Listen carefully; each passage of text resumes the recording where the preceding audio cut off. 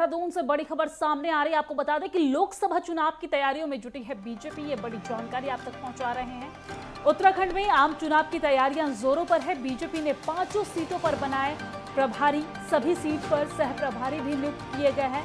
विधानसभावार संयोजक भी किए गए हैं नियुक्त। ये बड़ी जानकारी आप तक पहुंचा रहे हैं, जहां पर विधानसभावार संयोजक भी नियुक्त किए गए हैं। जी हां, सभी सीटों पर सह प्रभारी भी नियुक्त किए गए हैं। बीजेपी ने 5 सीटों पर नए प्रभारी बनाए हैं। ये बड़ी जानकारी आप तक पहुंचा रहे हैं, जहां पर बीजेपी ने 5 सीटों पर, उत्तराखंड के 5 सीटों पर प्रभारी बनाए हैं।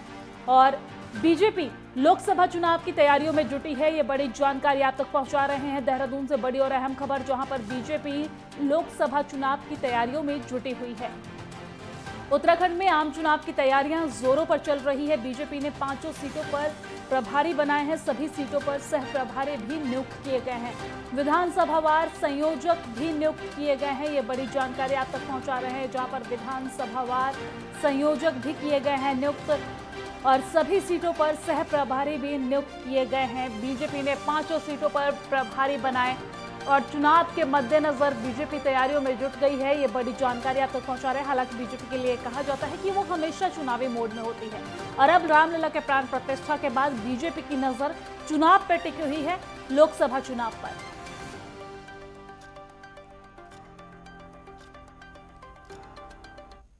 और इसी खबर पर ज्यादा जानकारी के साथ हमारे संवाददाता ज्ञानेंद्र तिवारी हमारे साथ लाइव जुड़ गए हैं। ज्ञानेंद्र, बीजेपी तैयारी में जुटी हुई है और बीजेपी ने 5 सीटों पर प्रभारी बनाए हैं। क्या कुछ पूरी जानकारी बताइए।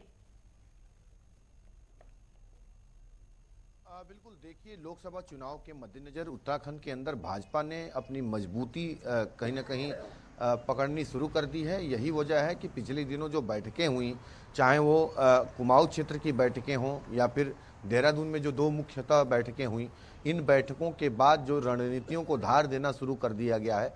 खासतौर पे अगर हम देखें, प्रदेश के अंदर 5 लोकसभा की सीटें हैं और ऐसे में इन 5 लोकसभा सीटों पे जो भाजपा के सांसद हैं पिछले 2 बार से, ऐसे में ये तीसरी बार लोकसभा के चुनाव में इसे दोहराने की कोशिश भाजपा की तरफ से है। हालांकि चुनौतियां बहुत हैं। अगर हम देखें, Tehri seat, Haridwar seat, Pauri seat, Nainital seat, Almora seat, इन 5 सीटों पे इस बार कांटे की टक्कर देखने को मिल सकती है, क्योंकि विपक्षी पार्टी कांग्रेस की तरफ से मजबूत कैंडिडेट उतारने की लगातार कवायद हो रही है और इसी के मद्देनजर पार्टी स्तर पे लगातार बैठकें हो रही हैं। ऐसे में प्रदेश के अंदर भाजपा इस बात को भली भांति जानती है कि इस बार पार्टी को 5 लोकसभा सीटों को जीतना कितनी जरूरी है, क्योंकि 400 पार का नारा देश भर में भाजपा ने दिया है। ऐसे में इस 400 पार के नारे को सफल करने की दृष्टि से प्रदेश के अंदर भाजपा के जो प्रदेश अध्यक्ष हैं महेंद्र भट्ट, उनके नेतृत्व में तमाम जो कार्यक्रम फिक्स किए गए और ऐसे में 5 लोकसभा सीटों को जिताने को लेके प्रदेश प्रभारियों की जिम्मेदारियां दी गई। ऐसे में 5 अलग अलग लोकसभा सीटों पे जो प्रभारियों को जिम्मेदारियां दी गई हैं, आने वाले समय में वो प्रभारी कहीं ना कहीं उन क्षेत्रों में अपनी चुनावी रणनीतियों को आगे बढ़ाने का काम करेंगे। विशेष तौर पे अगर हम देखें तो खास तौर पे जो हरिद्वार का सीट है और जो नैनीताल का सीट है, ये ऐसा सीट है जहां पे कांटे की टक्कर कांग्रेस देती हुई आने वाले चुनाव में नजर आ सकती है। ऐसे में इन क्षेत्रों पे विशेष मजबूती की आवश्यकता भाजपा समझ रही है, क्योंकि अगर हम देखें तो जिस तरीके से कांग्रेस वहां पे लगातार विधानसभा के चुनाव में वोट परसेंटेज बढ़ाने में सफल भी रही और कहीं ना कहीं यही वजह है कि लोकसभा चुनाव की दृष्टि से भाजपा इन क्षेत्रों में अपनी मजबूत पकड़ बनाने को लेके बूथ स्तर तक मजबूती को लेके काम कर रही है। यही वजह है कि उन क्षेत्रों में प्रभारियों को नियुक्ति दी गई है ताकि प्रभारी इन क्षेत्रों में जाके आकलन करें।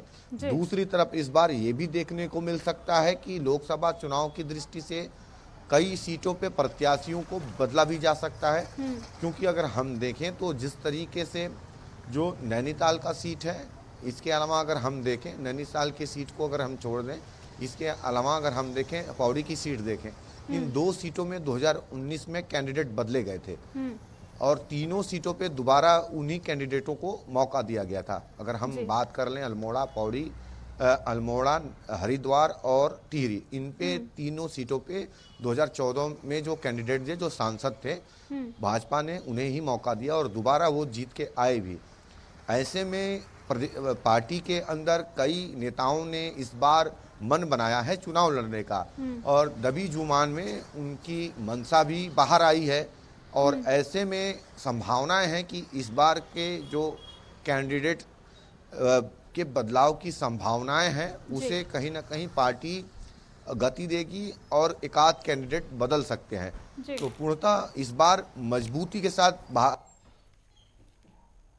इसलिए यही वजह है हर स्तर की लड़ाई को मजबूत करने की दृष्टि से तमाम जो पार्टियां हैं प्रदेश के सभी नेताओं को, चाहे वो कैबिनेट मंत्री हो, प्रदेश पार्टी स्तर के जो नेता हैं उनको दी जा रही है ताकि अनुभव है उन अनुभवों को पार्टी बुना सके। वो लोकसभा क्षेत्रों में जो केंद्रीय योजनाएं हैं जनता को लाभ मिल चुका है, जनता को योजनाओं की जानकारी कितनी है, सभी बातों को परखेंगे और क्षेत्रों में जनता का मूड क्या है इस बात पे भी कहीं न कहीं फोकस रहेगा। कैंडिडेट को लेकर क्या उनकी मंशा है ये भी कहीं इस बात पे भी वो जोड़ देंगे, इसका अपडेशन किया जाएगा। तो ये इन बातों पे फोकस रहेगा और आने वाले समय में जब भी कैंडिडेट को लेकर दिक्कत होगा जो फैसले यहाँ से केंद्रीय नेतृत्व को भाजपा देगी उनमें का विशेष योगदान रहेगा और बहुत महत्वपूर्ण भूमिका है। तो ये भाजपा ने रणनीतियां बैठाई है आगामी चुनाव की दृष्टि से वो यही है 400 के नारे को तब बढ़ा जाए, इसी के मद्देनजर ये कार्य तय की गई। ठीक है ज्ञानेंद्र, शुक्रिया तमाम जानकारी साझा करने के लिए।